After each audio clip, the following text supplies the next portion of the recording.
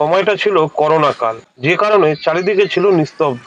তাই চোখের সামনে দেখতে পেতাম পথ কুকুরগুলি দিনের পর দিন না খেতে পেয়ে অসুস্থ হয়ে পড়ছিল।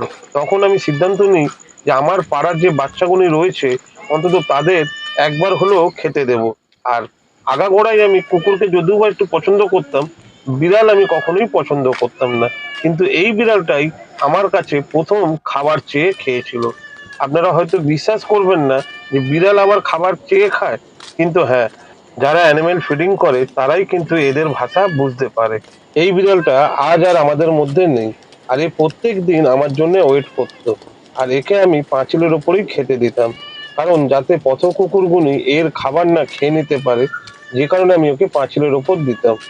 এই বিড়ালটার মতোই কত বিড়াল আর কুকুর আমাদের ছেড়ে চলে গেছে।